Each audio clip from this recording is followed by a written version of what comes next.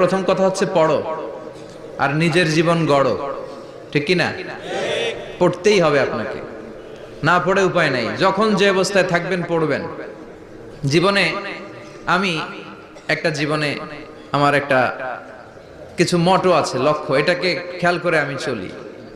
বিষয়টা হচ্ছে এরকম যে আমি কখনো হারি না, আমি হয় জিতি নয় শিখি, এরকম একটা অ্যাটিটিউড রাখবেন যে শিখতে আমাকে হবেই, কিন্তু হেরে যাব না আমরা। চিল্লায় বলেন ঠিক কিনা? এবং শিখাটাই আপনাকে মুক্তি দিতে পারে।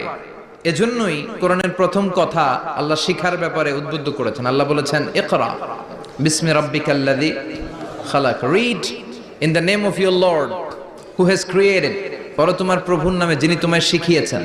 এজন্য পড়তে হবে, জানতে হবে। আসেন আমরা সরাসরি মহাবিশ্বের মহাবিশ্বয় মহাগ্রন্থ আল কোরআন থেকে শুনি। উদ্দেশ্য হচ্ছে যে আমরা নিজেদেরকে আলোকিত